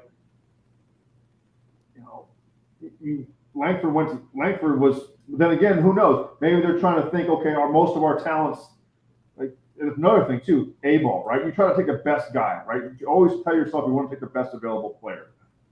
That's not always the case. Well, the Tigers, for example, might have a bunch of their next wave of talent might be an A-ball, right?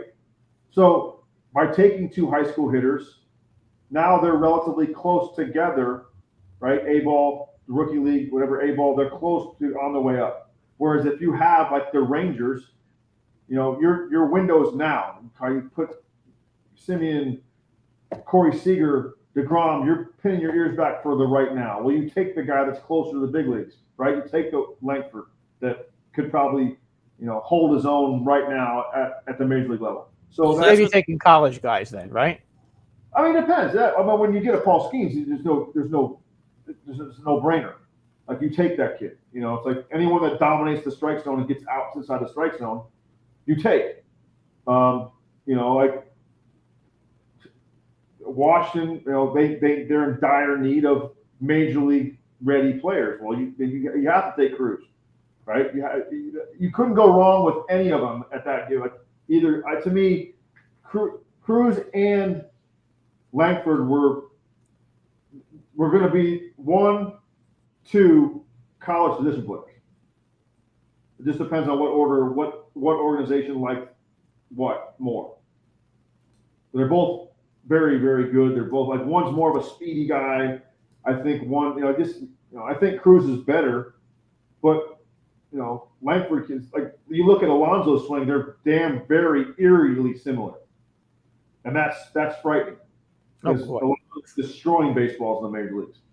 So there's and the stories are cool. Like Dylan Cruz, had a chance to sign out of high school, didn't because he wanted to play college ball.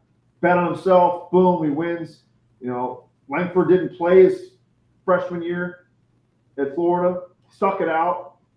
Now it became the 4th pick of the draft. So like there's some pretty intriguing stuff that goes on. That this draft's got a lot of talent, but it's got a lot of character too.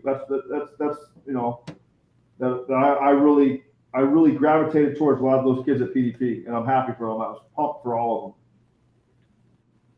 Have you caught Ellie De La Cruz on the Cincinnati Reds yet?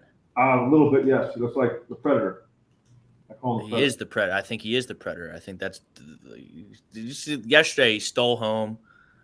Second, third, and home, right in a row. Second, third, and home. It was like watching Willie Mays highlights. Was that really fast, or was that just really bad baseball? It was bad baseball because the pitcher turned his back, caught a pitch, turned his back, and walked back up the mound, and he just took off. Correct. And by the time he realized it was happening, it was too late. I love to see that stuff. I love that stuff. That's just Edsy. You know, but it's so easy for these guys because they can't hold them like they have in years past. There's new rules. Right. Now he got the second, and I think it was the Brewers. Yeah, it was the Brewers. They just the 1 versus 2 game, and you lack of focus. And that's why Mansford got booed every time he stepped on the freaking stage last night, as he should. Like he's just completely, like he's borderline ruining the game of baseball by himself.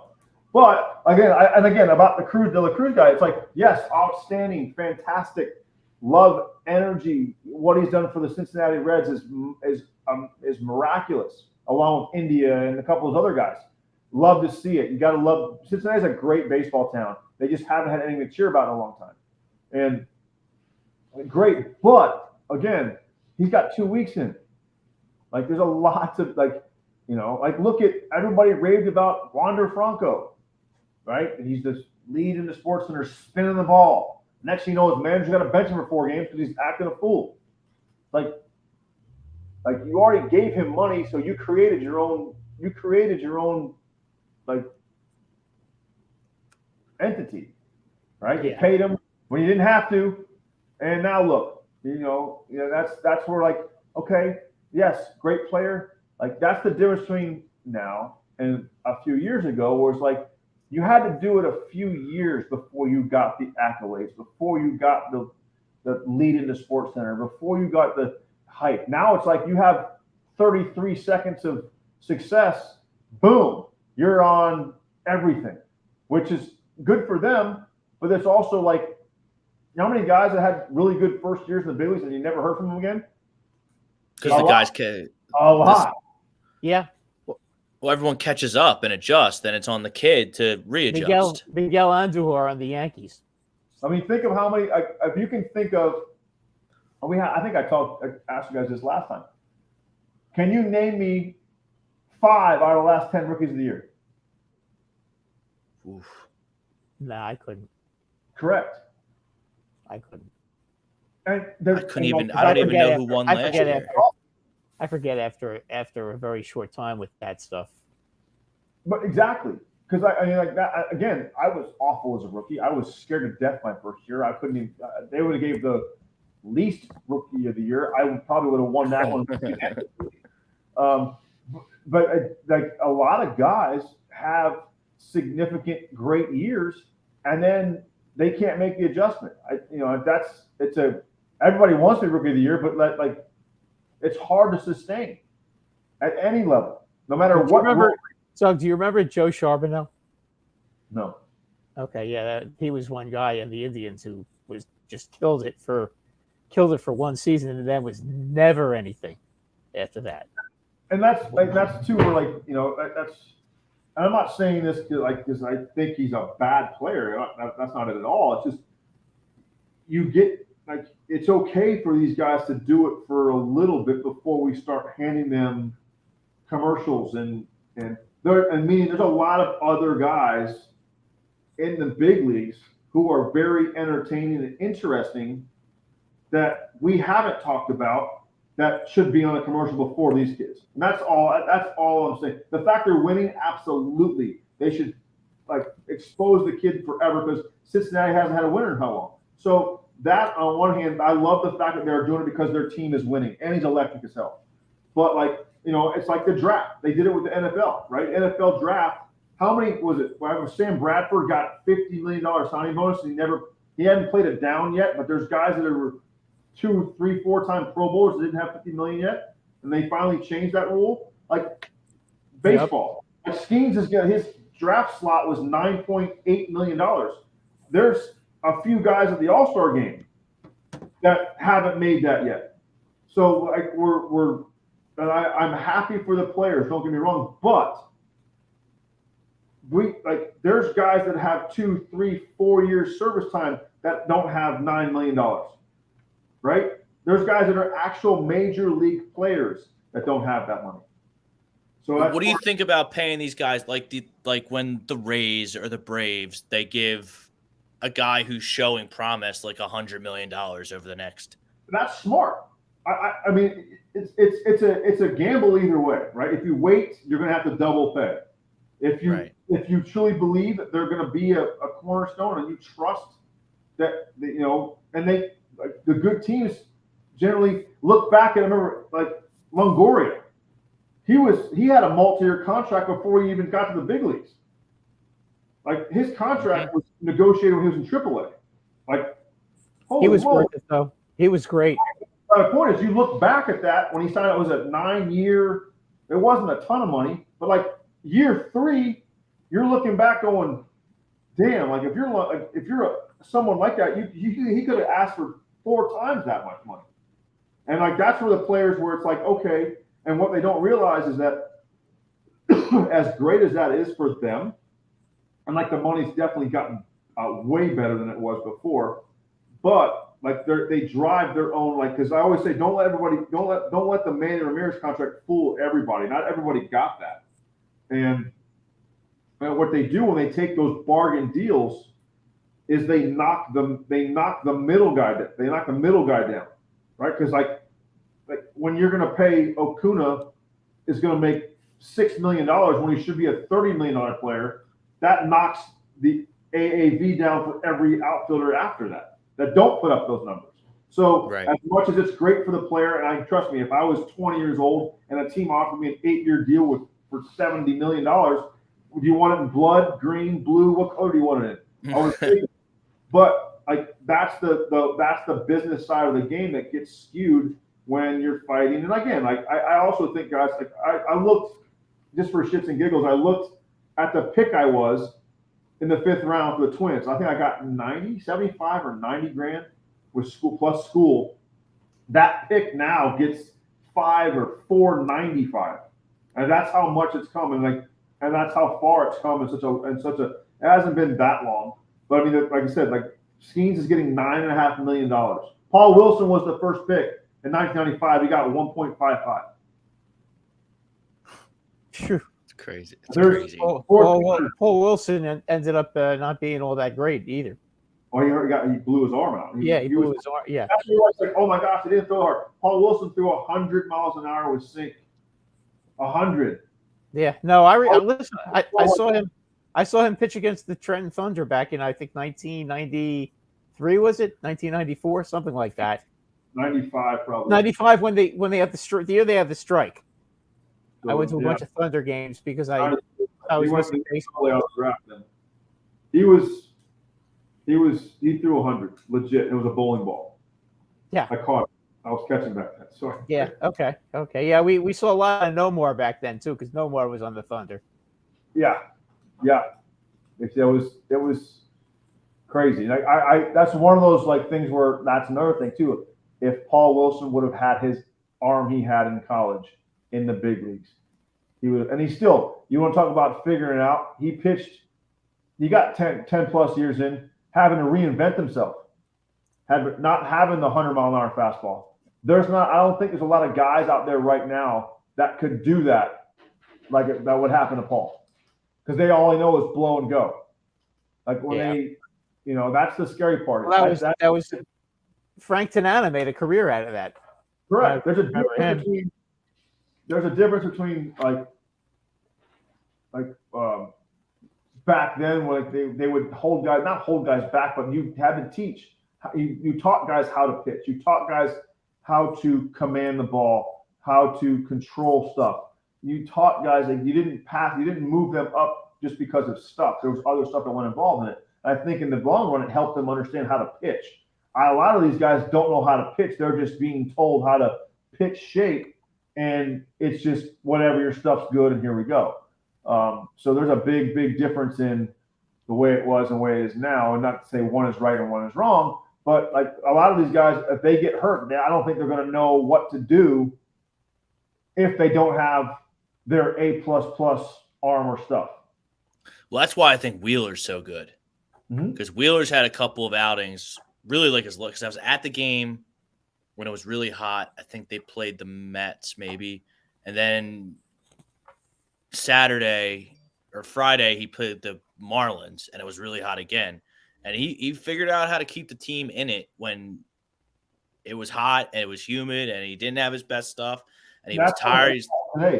I mean, aces know how. Like I always say, like if you think with an ace, if you're one of the 5 starters, you get what 30 starts, something like that, 32 starts. Yeah.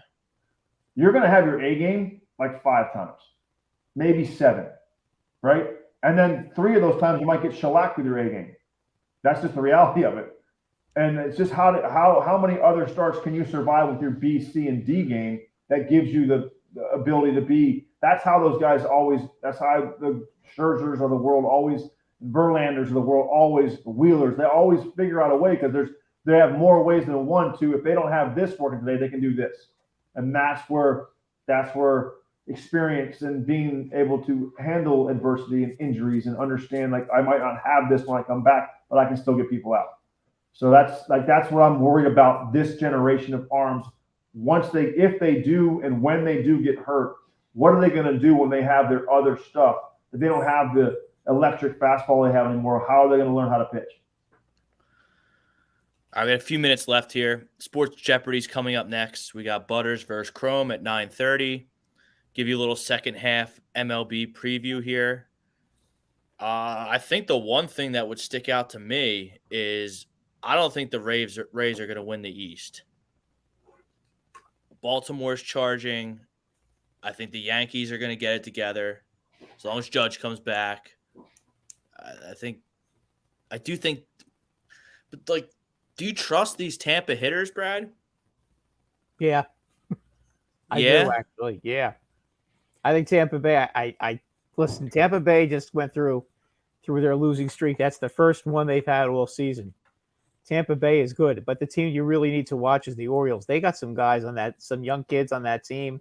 They can just make that Gunnar Henderson. He is unbelievable. I mean, that guy has power. That guy reminds me with that swing. He's a lot like Bryce Harper. I mean, he gets up there. He's left-handed, and he whacks the ball over the left field fence in Yankee Stadium. I mean, you got to be strong to do that. That's not a even. I mean, I know we're not talking about 1965 Yankee Stadium where it was 457 feet to left center field, but I mean, it's 399 to left center field, and he's whacking it over that fence left-handed. I think the Rays do it only because the vision's just not what it should be and what it has been. I don't know. The Orioles are young. Usually young teams start to fade August, September, just because it's a long year. I'm shocked at the Rays. I'm shocked at what they're doing. Shocked. Like they got some good young players. Diaz as a AAA guy in Columbus. Now Columbus was it's like Williamsport. I think he hit 4 home runs in AAA. He could hit, could rake, singles. Now he gets the big leagues. Now he's an all-star. Like, shocking. Great for him. I'm happy for him. He was a great kid. Great third baseman, by the way. Now he's playing first. But the guys on the other team were joking, like, you're the strongest punch and Judy hitter in all of organized baseball. And now he's an all-star. Doug Mattingly did the same thing. Mattingly never hit Don Mattingly. Donnie never hit a lot of home runs in the minors, and then he came up to the majors, and before he hurt his back. Didn't look like Marvin Jones in a baseball uniform either. Like, this dude was shredded and jacked and hit cotton balls. Like, Donnie didn't hit. Okay. He did everything to right field. I mean, like, everything. Like, soft serve singles to right field. Like, couldn't pull the ball to save his life. And we'd wear him out inside. I mean, wear him out. I mean, to the fact that coach in third, I almost felt bad. I told him, we're coming inside. I don't want you. You have to get us out of there. Like, please stop trying to hit the ball to right field. But I can't stand the Rays. I can't. Nobody I mean, can. I can't stand them either. But it's just they. Seminole. I have to love them, but it's like there's some Seminoles on that team, but it's just like I just don't see it. I can't like they just. I probably because again I know they do some. Let's put it this way: Major League Baseball lets them get away with a lot of not so legal stuff in their minor league system. Let's put it that way. But I just don't. Is Baltimore for real? Are they going to hold on all year? The Yankees ever going to get their head out of their butt? The Red Sox are irrelevant. Toronto, what are they? Another great example of what we just talked about. What's the guy's name? Manoah? Yeah. All-star pitcher. Now he's getting shellacked in AAA, right? minors. Yeah. Right. There's pump the brakes. Like it happens. Like it's hard. Is that a mental thing, or did they just figure him out? Or love it. I don't know. Again, it happens. It's like these guys get all this hype and they get this. They think they're great and like trust me. I always say this. I always tell when I was in Minnesota, the last thing I'll say. We would always have this saying with our front office, and they always talk about getting in the big leagues. And I go, stop saying that. They're like, what do you mean? I go, stop saying get to the big leagues. Like getting to the big leagues is easy. All you have to do is be a really good minor league player to get to the big leagues. I go, to become a big leaguer, you gotta stay. You have to stay. Like yeah. I always say that I'm trying to produce big leaguers. I'm not trying to get guys to the big leagues. And yes, don't get me wrong. It's a saying. I know what the gist of it is, right? You want to fulfill a kid's dream, but I always tell them, I'm not trying to get you to the big leagues. I'm trying to make you stay, because making you stay means that we have everything accomplished and you're consistent and you can flat out play day in and day out. And I don't mean that disrespectfully, because getting to the big leagues is really hard, but staying is even harder. That's my point. It's like getting to the big leagues just means you got to beat out 4 or 5 guys in your organization. Sticking to the big leagues means you got to fend off 1,000 guys trying to become the next shortstop or first baseman or right fielder. So, and that's what can happen. Just a lot of guys have a couple of years of success and they can't find it, they lose it, and it's a really tough game to stick for a long period of time. Padres and Cardinals. Unless I'm missing someone, they're the 2 biggest disappointments. Yeah, the Dodgers in the Nash. Well, again, the Diamondbacks great story. Can they keep it up? That's Texas. Well, they're like Baltimore. Same Texas. Same kind of situation. Texas is scary. Texas is scary. They and they're without DeGrom, but they're still doing it. Like Texas has got some dudes on that team that are battle tested in October. So that's a scary. To me, that's a scary squad. I would not Texas in October. Texas rakes. Yes. And their lineup is crazy. Corey Seager's an alpha male. Like he demands, like he's just quiet, great player who can flat out hit when it matters. And there's a bunch of them on that team. And they developed Josh Jung made the All-Star team. Correct. Like they can flat out like that. But again, I hate to say this, but who's their GM? I don't know. I don't even know anyway. It's not John Daniels, is it? No. He's gone. Young. What did he do? He pitched. Michael Young? Years. No, Chris Young, the pitcher. Oh, the pitcher? Oh, the tall guy out of Princeton?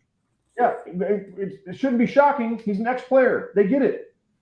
Yeah, that's true. What's so hard about that? What is so hard? He went out and signed Bruce Bochy. Right. Which is obviously what happens. And again, Woodward was an ex-teammate of mine. I love Woody to death. He's a great coach. But, it's like, everybody needs experience at some point. You got to give him a shot. Don't get me wrong. I mean, he doesn't have the same club that Bruce does now. But you're looking at an ex-player in the front office who, it's not rocket science. Like, what is so hard about not having it run by a bunch of, ex-players? Blue T-shirts. Like, I don't understand it. Why is it so hard to figure out? Well, I guess they can pay all I know is those Geek Squad people yesterday. Or I don't know if it was them or Aaron Boone, Doug, but we discussed this before the show. How do you take a guy out when he's only thrown 75 pitches and he's pitching a 1-hitter in the 7th inning? Ask Dave Roberts the same question that happened in the World Series. Yeah, right. Yeah. Again, with Snell. Who was it? Kevin. All those guys. Like, you can't tell me that they would ever think that. There's no way. So you're saying Blake Snell. There's no way Kevin Cash takes him out if he wasn't told to do it. If it wasn't already scripted out. That's crazy. Just like Herman, he has a 3-run lead. He's struck out 9 guys in 6 innings. Everything that's hit is pop-ups. The Cubs can't touch the guy. He gives up a leadoff walk and he's out of the game. You know what it is too? It's the guys in the front office saying, this guy needs work. Make sure you get him in the game. Make sure you need to get this guy in the game. I guarantee it.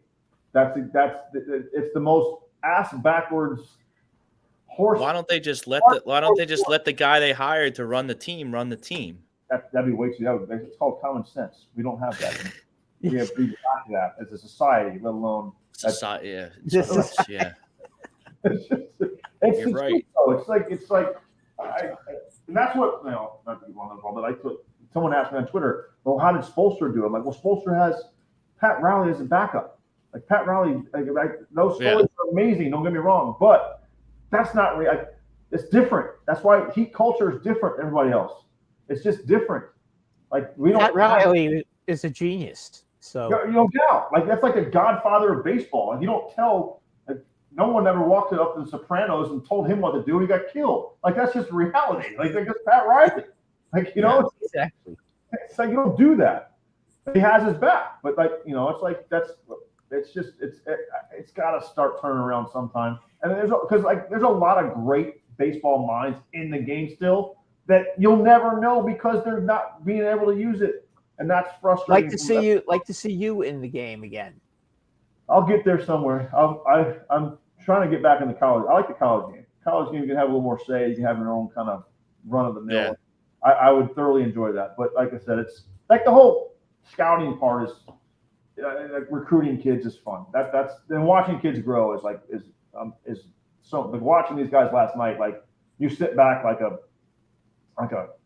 you weren't even on a. You feel like a proud papa sometimes, Doug. Not necessarily it's almost a little too much for that because I was a pinprick watching these kids, but like observing them and watching them work, you get to learn on what to look for in the future. And more of my minor league guys than anything else, but like these guys, they're going to have significant careers, and hopefully, that they took anything that came out of my mouth that helped them. I'm just grateful for the opportunity to work with them because they're that special. All right, we got to cut it off. We got Sports Jeopardy coming up. Thanks for Doug for joining us, Brad Ryer, Rob Brinkman. Until next Monday, peace out, everybody.